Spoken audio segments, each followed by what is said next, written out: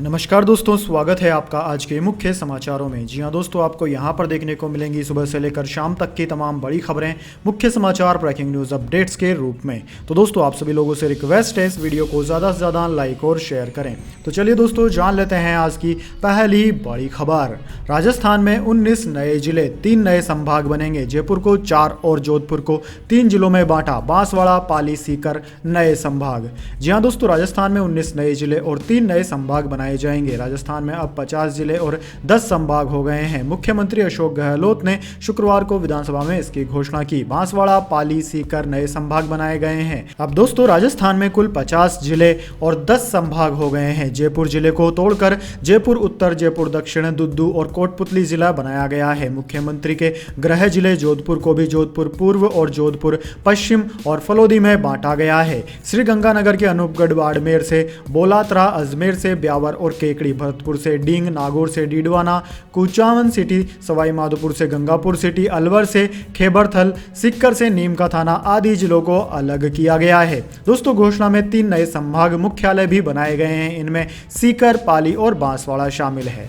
इसके बाद दोस्तों, अगली बड़ी खबर। सिसोदिया की रिमांड 5 दिन बढ़ी। ईडी ने कोर्ट से कहा उनसे और सवाल करने हैं। अभी ईमेल, मोबाइल डेटा का एनालिसिस कर रहे हैं। जी हां दोस्तों, दिल्ली शराब नीति केस में राउज एवेन्यू कोर्ट ने शुक्रवार को मनीष सिसोदिया की रिमांड अवधि 5 दिन बढ़ा दी है। अब मनीष सिसोदिया को 22 मार्च तक ईडी की कस्टडी में रहना होगा। हालांकि जांच एजेंसी ने कोर्ट से 7 दिन कस्टडी बढ़ाने की मांग की थी। ईडी ने कोर्ट में कहा कि एलजी ने जब इस मामले की शिकायत की तो सिसोदिया ने अपना फोन बदल दिया था, लेकिन एजेंसी ने उनके मोबाइल डेटा को फिर से निकाल लिया है। अब एजेंसी उनके ईमेल और मोबाइल फोन से निकाले गए डेटा का एनालिसिस कर रही है। अभी हमें सिसोदिया से और सवाल पूछने हैं। दोस्तों, मीडिया रिपोर्ट्स के मुताबिक ईडी ने कहा कि मामले से जुड़े 2 लोगों को 18 और 19 मार्च को बयान दर्ज कराने के लिए बुलाया गया है। उन्हें सिसोदिया के सामने बैठाकर ईमेल और मोबाइल से मिले डेटा के बारे में पूछताछ करनी है। इस पर कोर्ट ने कहा कि ईमेल से मिले डेटा के बारे में पूछताछ करने के लिए उन्हें कस्टडी में रखने की जरूरत नहीं है।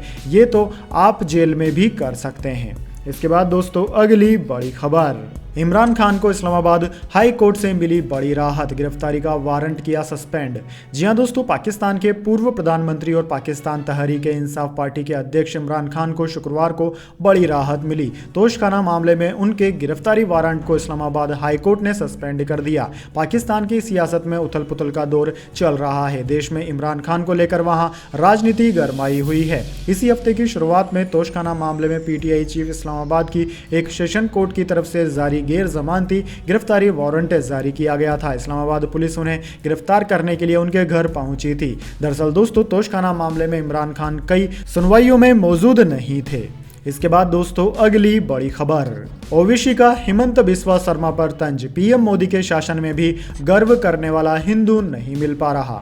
जी हां दोस्तों, एआईएमआईएम के चीफ और सांसद असदुद्दीन ओवैसी ने असम के मुख्यमंत्री हिमंता बिस्वा शर्मा पर शुक्रवार को तंज कसा। उन्होंने कहा कि शर्मा को गर्व करने वाला हिंदू नहीं मिल पा रहा है। असदुद्दीन ओवैसी ने ट्वीट कर लिखा कि बीजेपी के नेता और असम के मुख्यमंत्री हेमंत बिस्वा शर्मा ने माना कि प्रधानमंत्री नरेंद्र मोदी के 8.5 साल के कार्यकाल के दौरान भी वो एक गर्व करने वाला हिंदू नहीं खोज पा रहे हैं। हिंदुओं का अपने विश्वास पर गर्व करने से कौन रोक रहा है। कर्नाटक के बेलागावी में मुख्यमंत्री हिमंता बिस्वा शर्मा ने कहा कि हमारे देश में बहुत सारे लोग हैं जो कि बहुत गर्व से बोलते हैं कि मैं मुसलमान हूं। बहुत सारे लोग गर्व से कहते हैं कि वो ईसाई हैं। इसको लेकर मुझे कोई आपत्ति नहीं है, लेकिन हमें ऐसा भी व्यक्ति चाहिए जो गर्व से बोले कि वो हिंदू है। इसके बाद दोस्तों, अगली बड़ी खबर। दिल्ली एलजी बोले सरकार से तकरार में लिमिट क्रॉस हुई। केजरीवाल की तारीफ की, कहा हवा पत्ते गिराती है लेकिन पेड़ से रिश्ता खत्म नहीं होता।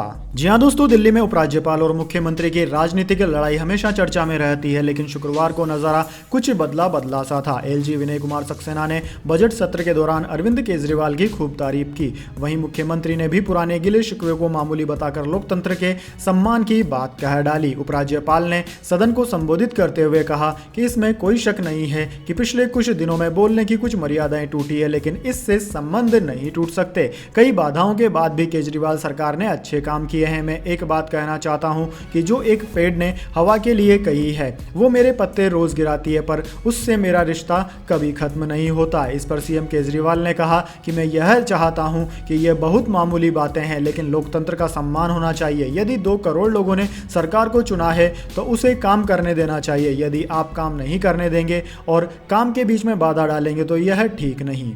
इसके बाद दोस्तों अगली बड़ी खबर, ऑनलाइन बने कट्टरपंथी जलाया तिरंगा, क्रिप्टो में मिल रही थी रकम, शिवमोगा आईएस साजिश मामले में चार्जशीट दाखिल। जी हां दोस्तों, राष्ट्रीय जांच एजेंसी एनआईए ने गुरुवार को शिवमोगा इस्लामिक स्टेट साजिश मामले में 2 आरोपियों के खिलाफ चार्जशीट दायर की है। यह मामला कर्नाटक में आगजनी, तोड़फोड़ और हिंसा की गतिविधियों को अंजाम देकर इस्लामिक स्टेट की गतिविधियों को आगे बढ़ाने की साजिश से जुड़ा है। एनआईए ने सितंबर 2022 में मामला फिर से दर्ज किया और 15 अगस्त 2022 को शिवमोगा में एक प्रेम सिंह हत्या के बाद आरोपी जमीउल्लाह और अन्य द्वारा कर्नाटक पुलिस द्वारा दर्ज मामले की जांच अपने हाथ में ले ली। शिवमोगा के बाज मुनीर अहमद और सैयद याशीन पर आईपीसी की धारा 120 बी, 121 ए और 122, 1860 यूए अधिनियम की धारा 18, 18 बी, 20 और 38 के तहत आरोप लगाए गए हैं। इसके अलावा इन पर और भी राष्ट्रीय सम्मान के अपमान निवारण सहित कई सारी धाराएं लगाई गई है। इसके बाद दोस्तों अगली बड़ी खबर, ममता बनर्जी और अखिलेश यादव ने बनाया नया मोर्चा, इसमें बीजेपी कांग्रेस को जगह नहीं, नवीन पटनायक भी शामिल हो सकते हैं। जी हां दोस्तों, पश्चिम बंगाल के सीएम ममता बनर्जी और समाजवादी पार्टी के सुप्रीमो अखिलेश यादव ने बीजेपी और कांग्रेस दोनों से दूरी बनाने का फैसला किया है। शुक्रवार को समाजवादी पार्टी के सुप्रीमो अखिलेश यादव ने पश्चिम बंगाल की मुख्यमंत्री ममता बनर्जी से मुलाकात की। इसके बाद अखिलेश ने कहा कि भगवा खेमे को हराने के लिए सपा मजबूती से टीएमसी सुप्रीमो ममता बनर्जी के साथ खड़ी रहेगी। वहीं ममता बनर्जी इस मुद्दे पर 23 मार्च को ओडिशा के मुख्यमंत्री और बीजू जनता दल के प्रमुख नवीन पटनायक से भी मुलाकात करेगी। ममता बनर्जी से मुलाकात करने के बाद अखिलेश ने मीडिया से बात करते हुए कहा कि बंगाल में हम ममता दीदी के साथ हैं, हम भाजपा और कांग्रेस दोनों से समान दूरी बनाए रखना चाहते हैं। उन्होंने कहा कि जो लोग बीजेपी वैक्सीन लगवा लेते हैं उन्हें सीबीआई, ईडी या आईटी से कोई फर्क नहीं पड़ता। संविधान की रक्षा के लिए समाजवादी पार्टी कोई भी बलिदान देने को तैयार है। अगर हम यूपी में भाजपा को हरा सकते हैं तो पूरे देश में भाजपा को हराया जा सकता है। इसके बाद दोस्तों अगली बड़ी खबर, महंगाई का बुरा दौर पीछे छूटा, डॉलर की मजबूती से कोई समस्या नहीं, आरबीआई गवर्नर शक्तिकांत दास का दावा।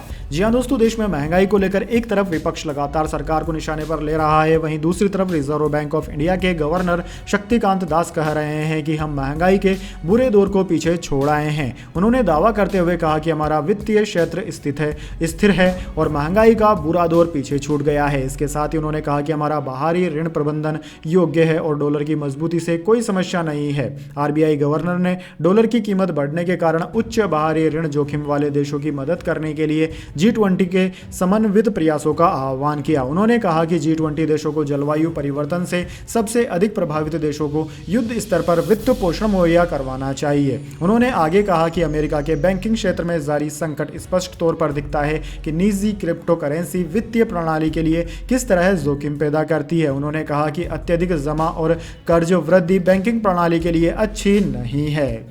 इसके बाद दोस्तों अगली बड़ी खबर, फ्रांस में pension bill pass, retirement age 2 साल बढ़ाई, मैक्रो सरकार ने बिना वोटिंग पारित किया, नाराज लोगों का प्रदर्शन हुआ तेज। जी हां दोस्तों, फ्रांस में गुरुवार को मैक्रो सरकार का पेंशन सुधार बिल पास हो गया। इसके तहत रिटायरमेंट उम्र 62 से बढ़ाकर 64 कर दी गई। फ्रांस की नेशनल असेंबली में प्रधानमंत्री एलिजाबेथ बोर्न ने संवैधानिक ताकत का इस्तेमाल करते हुए बिना वोटिंग के ही बिल पास करवा दिया। इसके बाद पूरे देश में बिल के खिलाफ सैकड़ों लोग सड़क पर उतर गए। फ्रांस में पीएम ने आर्टिकल 49(3) का इस्तेमाल किया, जिसके तहत बहुमत न होने पर सरकार के पास बिना वोटिंग के बिल पास कराने का अधिकार होता है। इसके बाद विपक्षी नेता मरीन ले पेन ने इमानुएल मैक्रों की सरकार के खिलाफ अविश्वास प्रस्ताव लाने की बात कही। उन्होंने कहा कि सरकार ने स्पेशल पावर का इस्तेमाल करके बिल पारित करवाया, ये सबूत है कि वो कितने कमजोर हैं। प्रधानमंत्री बोर्न को इस्तीफा दे देना चाहिए। इसके बाद दोस्तों अगली बड़ी खबर, कंगाल हुआ पाकिस्तान, इन मित्र देशों से भीख मांगने को मजबूर, आईएमएफ से फिलहाल नहीं मिलेगी कोई मदद। जी हां दोस्तों, पाकिस्तान की हालात बद से बदतर होती जा रही है। अर्थव्यवस्था के बुरे संकट के दौर से गुजर रहे पाकिस्तान की हालात अब कंगाल देश के रूप में होने लगी है। अंतर्राष्ट्रीय मुद्रा कोष यानी कि आईएमएफ के साथ ऋण समझौते में देरी होने के चलते अब पाकिस्तान ने अपने मित्र देशों से वित्तीय मदद की गुहार लगाई है ताकि अस्थिर अर्थव्यवस्था को स्थिर रखने का काम किया जा सके। पाकिस्तान ने खासकर अपने मित्र देशों चीन और सऊदी अरब से $2 बिलियन और संयुक्त अरब अमीरात से $1 बिलियन लेने की कोशिश की है। पाकिस्तान के ARY न्यूज सूत्रों के हवाले से आई खबर के मुताबिक अंतर्राष्ट्रीय मुद्रा कोष के साथ ऋण समझौते में देरी के बाद पाकिस्तान बिगड़ती अर्थव्यवस्था को स्थिर करने के लिए मित्र देशों से वित्तीय मदद लेने की कोशिश में जुटा है। इसके बाद दोस्तों जाने अगली बड़ी खबर, लेकिन उससे पहले मेरी आपसे छोटी सी रिक्वेस्ट है, अगर दोस्तों आपको अभी तक हमारी न्यूज़ पसंद आई है तो इसे छोटा सा लाइक जरूर दे दीजिए, और अगर आपको पसंद नहीं आई है तो बेशक आप डिसलाइक भी कर सकते हैं, लेकिन दोस्तों लाइक और डिसलाइक जरूर कीजिए, क्योंकि दोस्तों यही हमारी मेहनत का फल होता है और इसी से हमें पता चलता है कि आपको हमारी वीडियोस पसंद आ रही है या नहीं। तो चलिए दोस्तों जान लेते हैं आज की अगली बड़ी खबर। एयरपोर्ट पर अब लंबी कतारों से मिलेगी राहत, इमिग्रेशन काउंटरों पर वेटिंग पीरियड में कटौती करेगी सरकार। जी हां दोस्तों, भारत में फ्लाइट से ट्रेवल करने वाले यात्रियों को जल्द ही एयरपोर्ट्स पर इमिग्रेशन की लंबी लाइनों से राहत मिल सकती है। अभी दिल्ली और मुंबई एयरपोर्ट पर यात्रियों को इमिग्रेशन की लंबी लाइनों की समस्या का ज़्यादा सामना करना पड़ रहा है। यूनियन होम मिनिस्टर ने गुरुवार को इस मुद्दे पर एक बैठक की, क्योंकि इंटरनेशनल ट्रेवल करने वाले पैसेंजर्स सोशल मीडिया पर लगातार पोस्ट शेयर कर इमिग्रेशन में आने वाली समस्याओं की शिकायत कर रहे हैं। यात्रियों के अकाउंट्स के अनुसार इमिग्रेशन प्रोसेस में ज्यादा समय मानव रहित काउंटरों के कारण लगता है। पिछले साल के आखिर में एयरपोर्ट के सूत्रों ने कहा था कि भारत ने तब यहां आने वाले विदेशियों के बायोमेट्रिक लेना शुरू किया था, लेकिन अब इमिग्रेशन सॉफ्टवेयर को अपडेट किया जाना बाकी है। दोस्तों, पिछले साल के अंत से दूसरे सबसे व्यस्त इंडियन एयरपोर्ट मुंबई में इमिग्रेशन काउंटरों पर लंबी कतारें देखी जा रही है। वहीं देश के सबसे व्यस्त एयरपोर्ट दिल्ली के IGIA में हाल ही में यह समस्या देखने को मिली। इसके बाद दोस्तों अगली बड़ी खबर, अडानी ग्रुप के 10 में से 7 शेयर चढ़े, सेंसेक्स 355 पॉइंट्स बढ़कर बंद। NCLT से HDFC और HDFC बैंक के मर्जर को मंजूरी। जी हां दोस्तों, ग्लोबल मार्केट से मिले पॉजिटिव संकेतों के बाद गुरुवार को भारतीय शेयर बाजार में भी बढ़त देखने को मिली। सेंसेक्स करीब 600 अंक चढ़कर खुला और दिल के निचले स्तर 57,503 तक पहुंचा, लेकिन आखिरी घंटों में बाजार में रिकवरी देखने को मिली और यह 355 अंक यानी कि 0.62% मजबूती के साथ 57,979 पर बंद हुआ। सेंसेक्स के 30 में से 21 शेयरों में बढ़त और 9 में गिरावट रही। निफ्टी भी 139 अंक से चढ़ा है, यह 17,125 के स्तर पर बंद हुआ। इसके 37 शेयरों में खरीदारी और 13 में बिकवाली रही। दोस्तों, बाजार की इस तेजी में रियल्टी, मेटल, IT और बैंकिंग स्टॉक्स सबसे आगे रहे। NSE के रियल्टी इंडेक्स में 3.03%, मेटल में 2.39% और IT में 1.18% की मजबूती रही। निफ्टी बैंक में 1.19% और प्राइवेट बैंक में 1.13% की वृद्धि देखी गई। दोस्तों, मीडिया और फार्मा सेक्टर्स में 1% की गिरावट रही। वहीं दोस्तों बात करें अडानी ग्रुप की, तो अडानी ग्रुप के 10 शेयरों में से 7 में आज तेजी रही। फ्लैगशिप कंपनी अडानी एंटरप्राइजेस का शेयर करीब 1.64% चढ़ा, पोर्ट में 0.21% की तेजी रही। ग्रीन एनर्जी और ट्रांसमिशन के शेयर में 5% का अपर सर्किट लगा। विल्मर में 1.63%, टोटल गैस 0.96% और पावर के शेयर में 0.60% की बढ़त रही। ग्रुप की सीमेंट कंपनी SEC में 1.19% की तेजी रही। अंबुजा सीमेंट फ्लैट बंद हुआ। NDTV 1.08% गिरा। इसके बाद दोस्तों अगली बड़ी खबर, मेड ने मेरा 3 साल तक शोषण किया, पीटने के तरीके खोजती थी, रैपर सृष्टि की आप बीती। जी हां दोस्तों, इंडिया टुडे कॉन्क्लेव में रैपर सृष्टि तावड़े ने अपने गानों से सभी को जबरदस्त एंटरटेन किया। उन्होंने अपने रैप्स के जरिए तो समा बांधा ही, साथ में अपने संघर्ष की कहानी बता सभी को मोटिवेट भी किया। सृष्टि कहने को अब एक मशहूर रैपर बनने की ओर बढ़ चुकी है, लेकिन एक समय ऐसा था जब कोई उनका बोलना भी पसंद नहीं करता था। सृष्टि तावड़े ने बताया कि उनका बचपन काफी संघर्ष वाला रहा। उनके घर में जो मेड आती थी उसने 3 साल तक उनका शोषण किया। इस बारे में रैपर ने कहा कि मैं जब 4 साल की थी तब मम्मी पापा ने घर पर एक मेड रखी थी। पेरेंट्स वर्किंग थे, इसलिए मेड सारे काम देखती थी, लेकिन उस मेड का किसी हमारे जानने वाले के साथ अफेयर था। मुझे वो पता चल गया था, बस तभी से उसने मुझे मारना शुरू कर दिया था। हर बार डराती थी, वो बात ना बताने के लिए कहती थी। बाद में वो अफेयर वाला मुद्दा खत्म भी हो गया, लेकिन उस मेड को मारने में मजा आने लगा। वो मुझे मारने के अलग अलग तरीके निकालती थी, बहुत टॉर्चर करती थी। अब सृष्टि के बचपन का ये वो किस्सा है जिस वजह से उनके आने वाले कई साल भी प्रभावित हुए। इसके बाद दोस्तों अगली बड़ी खबर, मारुति ने लॉन्च की देश की पहली CNG sub compact SUV. 1 kilo CNG में 25.51 किमी चलेगी ब्रेजा एस सीएनजी। शुरुआती कीमत 9.14 लाख।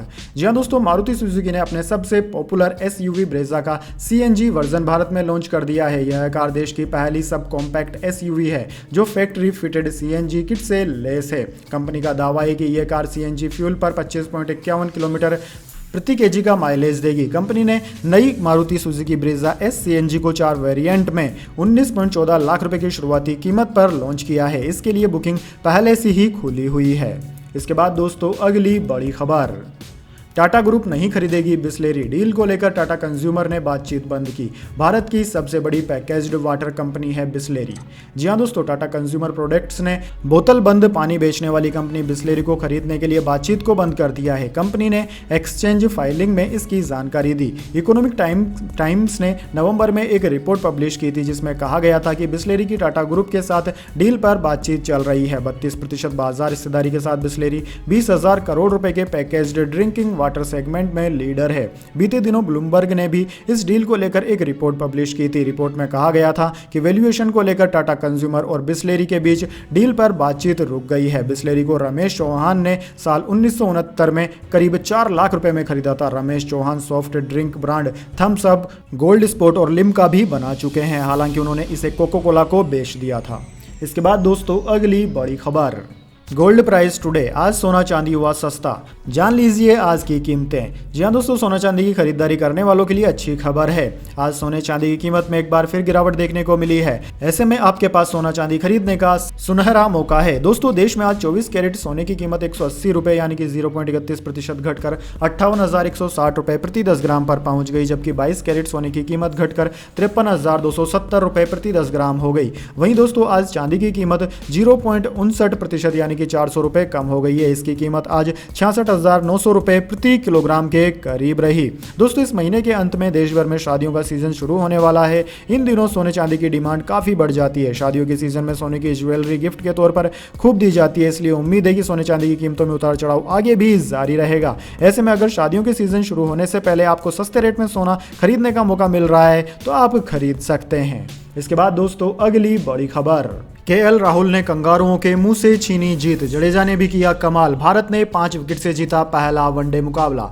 जी हां दोस्तों, भारतीय टीम ने ऑस्ट्रेलिया के खिलाफ मुंबई के वानखेड़े स्टेडियम में खेले गए 3 मैचों की वनडे सीरीज के पहले मुकाबले में 5 विकेट से जीत हासिल करने के साथ ही सीरीज में 1-0 की बढ़त हासिल कर ली है। दोस्तों, 179 रनों के लक्ष्य का पीछा करने उतरी भारतीय टीम ने एक समय पर 16 के स्कोर पर 3 अहम विकेट गंवा दिए थे। इसके बाद राहुल ने एक छोर से पारी को संभाले हुए लक्ष्य की तरफ लेकर जाने का काम किया, जिसमें उन्होंने रविंद्र जडेजा का बखूबी साथ भी मिला। राहुल ने जहां 75 रनों की नाबाद पारी खेली, वहीं जडेजा ने भी नाबाद 45 रन बनाए। इससे पहले वनडे मैच के दौरान काफी सारे उतार चढ़ाव भरे पल भी देखने को मिले। दोस्तों, 179 रनों के लक्ष्य का पीछा करने उतरी भारतीय टीम ने 5 रन के स्कोर पर ही अपना पहला विकेट ईशान किशन के रूप में गंवा दिया था। वहीं इसके बाद 16 के स्कोर पर टीम को 2 बड़े झटके विराट कोहली और सूर्य कुमार यादव के रूप में लगे, जिनको लगातार 2 गेंदों पर मिचेल स्टार्क ने पेवेलियन भेजने का काम किया। इसके बाद बल्लेबाजी के लिए मैदान पर उतरे लोकेश राहुल ने शुभमन गिल के साथ मिलकर पहले 10 ओवर में स्कोर को 39 रन तक पहुंचाया। गिल इसके बाद 20 रन की पारी खेलकर पेवेलियन लौट गए।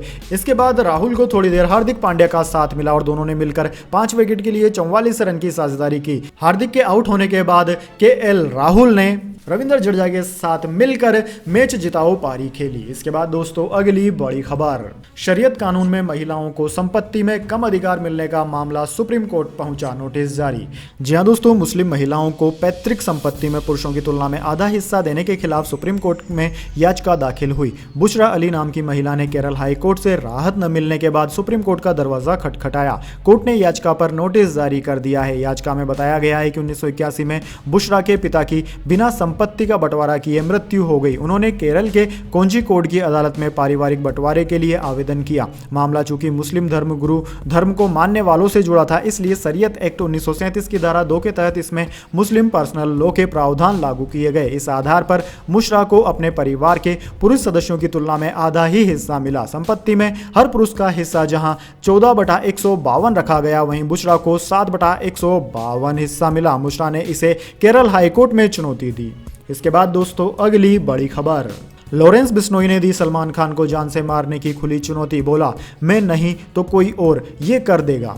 जी हां दोस्तों, एबीपी न्यूज ने खास शो ऑपरेशन मुर्दान के तहत जेल से गैंगस्टर लॉरेंस बिश्नोई का दूसरा एक्सक्लूसिव इंटरव्यू किया है। ताजा इंटरव्यू में बिश्नोई ने कहा है कि उनके जीवन का एक लक्ष्य सलमान खान को मारना है। सलमान खान को लेकर गैंगस्टर ने कहा कि उन्हें माफी मांगनी होगी। बिश्नोई ने कहा कि बीकानेर में हमारे मंदिर में जाकर माफी मांग ले, नहीं तो उसका अंजाम भुगतना होगा। बिश्नोई ने कहा कि अभी तो मैं गुंडा नहीं हूं, लेकिन सलमान खान को मारकर गुंडा बन जाऊंगा। मेरे जीवन का लक्ष्य सलमान खान को मारना है। सुरक्षा हटने पर सलमान खान की हत्या करूंगा। बिश्नोई ने कहा कि 4-5 साल से सलमान खान को मारना चाहता हूं, अगर वो माफी मांग ले तो बात खत्म हो जाएगी। सलमान अहंकारी है, मूसेवाला भी ऐसा ही था। सलमान खान का अहंकार रावण से भी बड़ा है। तो दोस्तों, यह थी आज की तमाम बड़ी खबरें। इसके बाद दोस्तों बारी आती है आज के माइंड क्यूज क्वेश्चन की। जी हाँ दोस्तों, एक आसान से सवाल का जवाब देकर आप जीत सकते हैं एक अमेजिंग सरप्राइज गिफ्ट हमारे यूट्यूब चैनल की ओर से। तो दोस्तों, आज का सवाल आपकी स्क्रीन पर आ चुका है। भारत के कौन से शहर को स्वर्ण नगरी कहा जाता है? जी हाँ दोस्तों, अगर आप जानते हैं भारत के उस शहर का नाम जिसको कि गोल्डन सिटी स्वर्ण नगरी कहा जाता है, तो जल्दी से उस शहर का नाम कमेंट बॉक्स में लिख दीजिए। अगर दोस्तों आपका जवाब होता है एकदम सही और आप चुन जाते हैं लकी विजेता के रूप में, तो आपको मिल सकता है एक अमेजिंग सरप्राइज गिफ्ट हमारे यूट्यूब चैनल की ओर से। तो दोस्तों जल्दी से अपना उत्तर कमेंट बॉक्स में लिख दीजिए, वीडियो को लाइक कर लीजिए और चैनल को सब्सक्राइब करके बेल आइकन भी दबा लीजिए। धन्यवाद। वंदे मातरम। जय हिंद, जय भारत।